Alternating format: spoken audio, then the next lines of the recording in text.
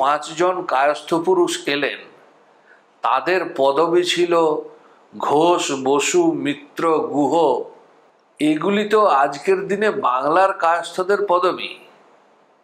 তাহলে তারা আজ থেকে 1000 বছর আগে সেইগুলি উত্তর ভারত বা পশ্চিম ভারত থেকে নিয়ে এসেছিলেন, এই জায়গায় সন্দেহ একটু হয়।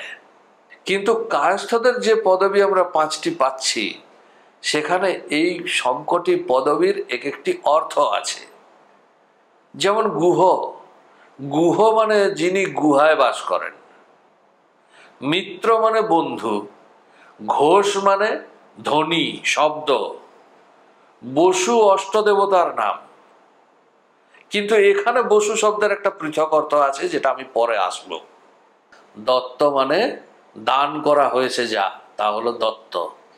তো ঘোষ, বসু, মিত্র, গুহ এবং দত্ত, এই 5টি পদবী, এগুলি যদি উত্তর ভারত থেকে এসে থাকে, তাহলে এই পদবীগুলি আজকে উত্তর ভারতে নেই কেন?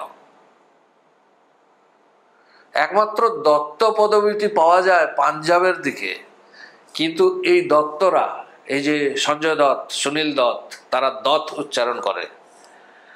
এই দত্ত পদবী, এরা ব্রাহ্মণ, এবং এরা যে শ্রেণীর ব্রাহ্মণ তাদের বলা হয় হুসাইনি ব্রাহ্মণ। বড় অদ্ভুত শব্দ, হুসাইনি ব্রাহ্মণ। খুব মনোমুগ্ধকর একটি কাহিনী আছে, পরে কোনোদিন ভিডিওতে আসবো, একটি পৃথক ভিডিও করা যেতে পারে এই নিয়ে।